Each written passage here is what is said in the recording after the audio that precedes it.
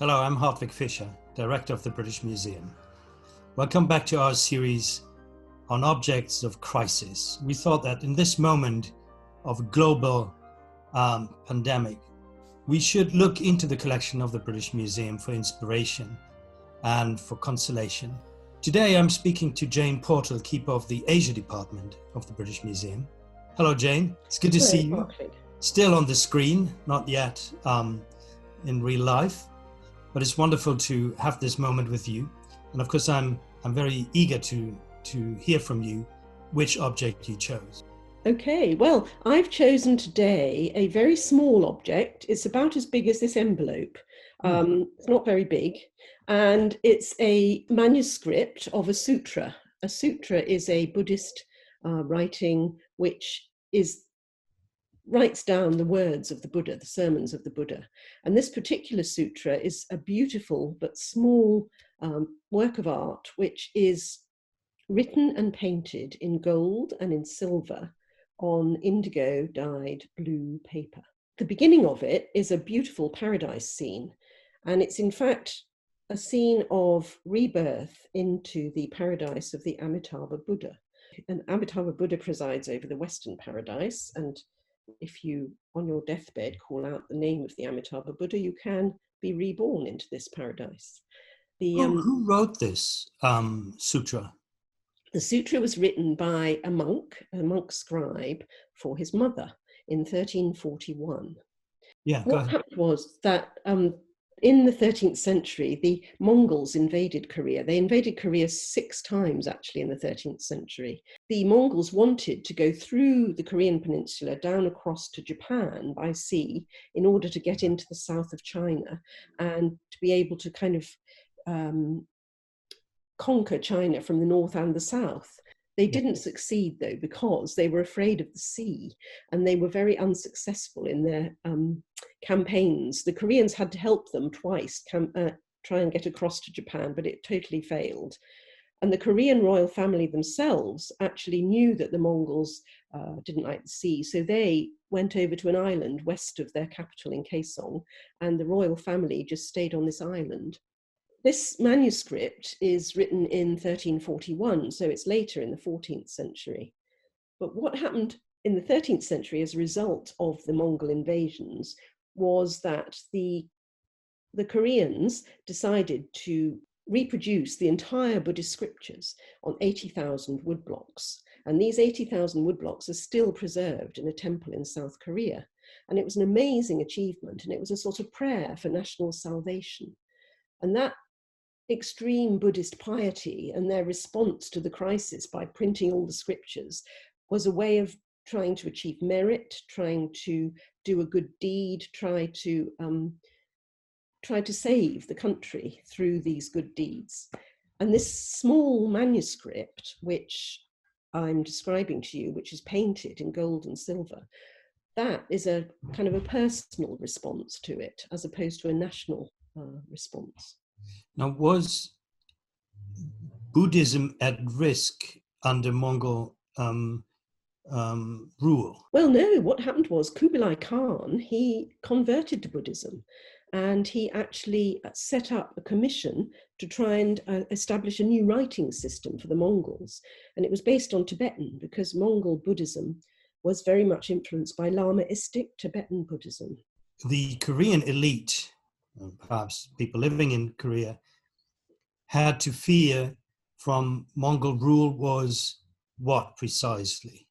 Why would they pray to not to be conquered or to regain their independence? To start with, they prayed that they wouldn't be invaded, but after they had been invaded, they sort of collaborated with the Mongols, basically. And what happened was that they were forced into marriage with the Mongols, and the Mongol princesses were made to marry the Korean kings, and the crown princes from Korea had to go and live in Beijing. They were sort of hostages in Beijing, and they could only come back when they acceded to the throne. The very fact that this sutra exists, that he wrote it, in itself is not yet a sign of crisis, would you think? So what makes this sutra an object of crisis? The reason I chose it is because I see it as evidence of a society where Buddhism was so prevalent and there was such a lot of Buddhist piety that the response to this crisis was to pray. They prayed on a national level with the entire Buddhist scriptures, but they also prayed on an individual level, as evidenced by this monk writing this sutra. So let's return to that sutra, which has a painting, you said, probably by another artist and not the writer. And when you looked at it, what would it tell you? Well, it's a beautiful vision of what you might expect if you were to adhere to the teachings of the Amitabha Buddha. I mean, it's absolutely beautiful. It's miniature and it's painted in this iron wire technique with a tiny, tiny little thin brush. And around the edge of it, there's a border. And around the border, there are two symbols, the Vajra symbol or thunderbolt, which is a symbol of the indestructibility, really, of the Buddhist teaching. And then there's also the wheel, which is the wheel of the Buddhist law. And they alternate all around the edge, around the border. You chose this object in the context of crisis, looking at crisis in the past. And you tell us that what we're talking about is a political crisis, conquest, new rulers, new laws, loss of independence, collaboration, the whole range of experiences that go along with this, and probably also processes of cultural adaptation. Now, here, if I understand correctly, it's the very act of writing parts of the Buddha's teaching that serves as prayer. If you reproduce the words of the Buddha or you reproduce the image of the Buddha, in this case it's both, but the more reproductions you do, the more merit you achieve. I mean, that's why you have all these Buddhist cave temples with millions of Buddhas, in little niches all over the place, because the more you do, the more you reproduce the Buddha, the more merit you get. And it's the same with the words of the Buddha as well. Yeah, of course, we turn to masks and soap and sanitizers and social distancing to make sure that we stay clear of the virus, we stay healthy, and others do too. But when it comes to spiritual well-being in such a moment of a traumatic change in our life, what is it that we turn to, or may I say, what is it that you turn to? I think many people pray, don't they, when they're faced with adversity of any sort, whether it's an invasion or a pandemic. It's just one way of human beings coping with something they don't understand and can't cope with. It seems to me it's a sort of universal trait in human beings. Some people might admit to praying and other people might say it's poppycock. But I suspect that a lot of people, even if they just sort of say, oh, I wish this wouldn't happen, or please don't let this happen, it's a kind of natural reaction. Yeah. How did the sutra enter the collection of the British Museum? Well, it came from a man called Sir Harry Garner, who was a government scientist, and he collected Chinese, mostly ceramics, Chinese lacquer. And when he died, he gave half to the V&A and half to the British Museum. This particular sutra came via Japan, as did many things from Korea. Who knows how it got to Japan?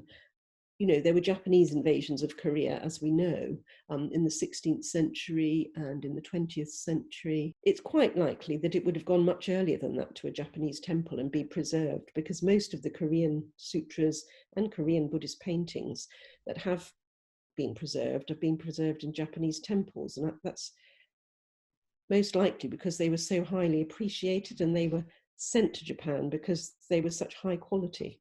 When the British Museum reopens, will our visitors see the sutra? Is it possible to see it in the galleries? We have it on display sometimes, but not permanently, because of course it's very fragile. And so we can show it for 3 months at a time, and we do on a rotating basis in the Korean gallery. But you can look at it in our collection online. Yes, you can. There are some lovely photographs, details on collections online, which can be accessed all over the world. Excellent. And also the entries are all in Korean as well as in English, because we had a survey of the Korean collection done with the help of the Korean government. Jane, thank you very much indeed for this enlightening conversation on this exquisite object, which I can't wait to see in the collection once we are back at the museum. Thank you so much. Pleasure. Thank you for watching. And if you liked it, please subscribe. And if you can, please donate to www.britishmuseum.org/donate. Thank you ever so much.